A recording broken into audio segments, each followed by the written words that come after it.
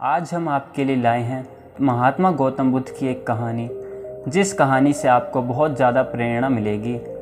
और जैसा कि आप सभी जानते हैं, भगवान बुद्ध के जीवन की कई ऐसी घटनाएं हैं जो हमें जीवन में सही मार्ग दिखाती हैं। आज भी हम उनके जीवन की एक घटना को कहानी के माध्यम से आप तक लेकर आए हैं, जो कि बहुत ही ज़्यादा ज्ञानवर्धक है।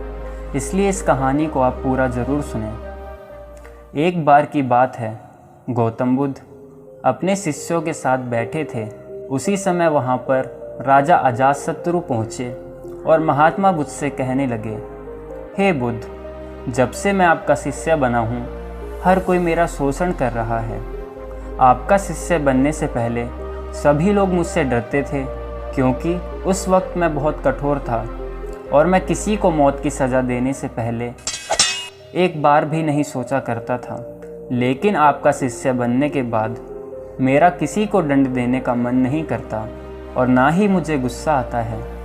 मैं शांत हो गया हूँ और सभी को दया भावना से देखता हूँ। लेकिन कुछ लोग मेरे इस बदलाव का अनुचित लाभ उठा रहे हैं और इसने मेरे राज्य के लोगों को भी एक तरह से खतरे में डाल दिया है। कृपया आप मुझे बताएं कि अब मुझे क्या करना चाहिए। राजा अजातशत्रु की यह बात सुनकर गौतम बुद्ध उन्हें एक कहानी सुनाते हैं और कहानी कुछ इस प्रकार है। एक बार एक पेड़ के नीचे एक जहरीला सांप रहता था। पेड़ एक गांव के पास में एक कोने में हुआ करता था। वहां अक्सर सुबह शाम लोग बैठने आया करते थे और खूब बातें करते थे। लेकिन जब से उस पेड़ के पास उस सांप को देखा गया, तब से लोगों ने वहां जाना बंद कर दिया। लेकिन कुछ लोग तो जानबूझकर वहां सांप को देखने आया करते हैं और उसे छेड़ा करते हैं। अब उस सांप को जब खतरा महसूस हुआ तो उसने खुद के बचाव के लिए लोगों पर हमला शुरू कर दिया। वह सांप जब अपने क्षेत्र में लोगों का आना भी बर्दाश्त नहीं करता था, जिससे गांव के लोगों की जान जाने लगी। इस तरह पेड़ के आसपास जब भी कोई हलचल होती तो सांप वहां आ जाता और हमला कर देता। सांप की दहशत अब पूरे गांव में हो चुकी थी। अब तो लोगों ने बिल्कुल ही उस पेड़ के पास जाना बंद कर दिया था।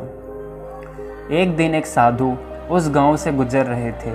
तभी उन साधु की नज़र उस विशाल से घने वृक्ष पर पड़ी, जिसके नीचे वो सांप रहा करता था। घने पेड़ को देख साधु के मन में विचार आया कि चलो वृक्ष की इस ठंडी छांव के नीचे बैठकर कुछ देर ध्यान लगाया जाए। उसी वक्त गांव के कुछ लोग अपनी गाय लेकर घर की ओर जा रहे थे। तभी उन लोगों की नज़र जब उन साधु पर पड़ी, जो कि उसी पेड़ की तरफ ही जा रहे थे, तभी लोगों ने उस साधु को सांप के बारे सावधान करते हुए कहा कि आप उस पेड़ के पास मत जाना। वहाँ एक जहरीला सांप रहता है जो जरा सी हलचल होने पर हमला कर देता है और अब तक कई लोगों को काट भी चुका है। लोगों की यह बात सुनकर साधु मुस्कुराए और उस पेड़ की तरफ चल पड़े। जगह को थोड़ा साफ करके जैसे ही साधु ध्यान करने के लिए बैठे, तभी सांप हलचल सुनकर साधु के सामने आ पहुंचता है और फुंकारने लगता है। फुंकार की आवाज़ सुन साधु की आंखें खुलती हैं और वह सांप को देखने लगते हैं।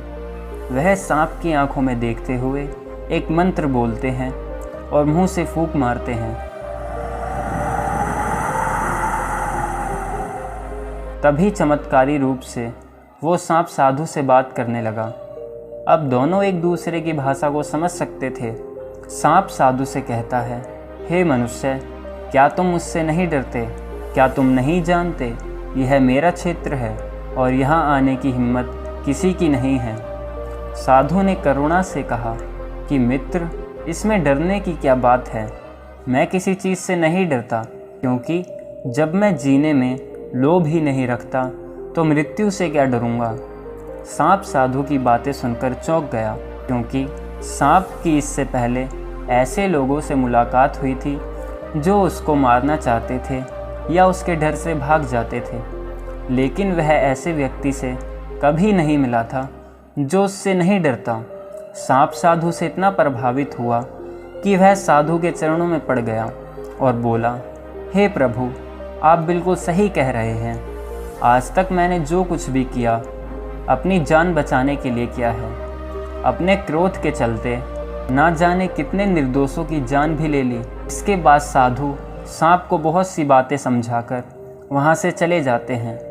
साधु की बात से प्रभावित होकर सांप ने निश्चित किया कि आज से वह किसी को नहीं काटेगा। वह अपने क्रोधी स्वभाव को भी त्याग देता है, दूसरों को काटना बंद कर देता है।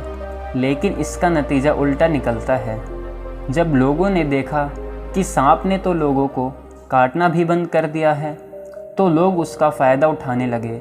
जो उससे दूर भागते थे वो उसके पास आने लगे और सांप को परेशान करने लगे। बच्चे उस पर पत्थर फेंक कर मारने लगे, जिससे सांप आए दिन हमेशा परेशान और घायल रहता था। वह बहुत दुखी था, क्योंकि वह अपने जीवन का सबसे कठिन समय बिता रहा था। एक बार वह साधु फिर से उस गांव में आए। वह उसी पेड़ के नीचे बैठ गए। तभी साधु की नज़र जब दयनीय हालात में पड़े उस सांप पर पड़ी, तो साधु ने उस सांप से पूछा कि मित्र, तुम्हारी ये हालत कैसे हो गई? तुम इतने घायल और इतने दयनीय स्थिति में कैसे आ गए? सांप ने कहा, जब से आपने मुझे अपने हिंसक स्वभाव को छोड़ने के लिए कहा, तब से मैंने निश्चय किया कि अब मैं किसी पर हमला नहीं करूँगा। मैंने क्रोध करना भी छोड़ दिया और शांति के मार्ग को अपना लिया, जिसका नतीजा यह हुआ कि लोग मुझे परेशान करने लगे, मेरे साथ दुर्व्यवहार करने लगे। कोई मुझे पत्थर से मारता है तो कोई मुझे डंडे से पीट कर चला जाता है। सांप की यह बात सुनकर साधु ने कहा, मित्र, मैंने तुमसे कहा था कि बेवजह दूसरों को मत काटो, लेकिन मैंने तुम्हें तुम्हारी आत्मरक्षा के लिए हमला करने से नहीं रोका था। कहानी सुनने के बाद बुद्ध ने राजा से कहा, हे राजन, तुमने भी मेरी बात को गलत तरीके से अपनाया। मैंने आपसे अपने कर्तव्य को छोड़ने के लिए कहा था, किंतु आप अपने कर्तव्य से भी विमुख हो गए। आप एक राजा हैं और पूरी तरह से साधु की तरह व्यवहार करना आपको खतरे में डाल सकता है। तुम्हें सिर्फ अंदर से साधु की तरह रहना है और बाहर से राजा की तरह, ताकि ज़रूरत पड़ने पर खुद की, प्रजा की और राज्य की रक्षा कर सको। दोस्तों, बिल्कुल ऐसे ही जंगल में होता है। जो सबसे सीधा पेड़ होता है उसको सबसे पहले काटा जाता है, और यही कानून दुनिया के लोगों पर भी लागू होता है। अच्छे भोले लोगों का खूब फ़ायदा उठाया जाता है। अच्छे लोगों को ज़िंदगी में अनेकों दुखों का सामना करना पड़ता है, इसलिए कभी किसी को अपना फ़ायदा मत उठाने दो। लोगों को उनकी मर्यादा में रखने के लिए खुद को परिस्थिति के अनुसार बदलना सीखो, अन्यथा आपका हाल भी उस राजा और सांप की तरह हो जाएगा। तो दोस्तों, उम्मीद करता हूँ आज महात्मा बुद्ध की इस कहानी के माध्यम से आपको अनमोल सीख प्राप्त हुई होगी। दोस्तों, उम्मीद करता हूँ आपको ये कहानी अच्छी लगी होगी। अगर आपको भी ये कहानी अच्छी लगी तो अधिक से अधिक इस वीडियो को अपने दोस्तों के साथ शेयर करें और हमारे चैनल को सब्सक्राइब करके बेल नोटिफिकेशन को ऑन कर लीजिए, ताकि हमारी आने वाली सारी वीडियो आप लोगों तक समय से पहुंच सकें।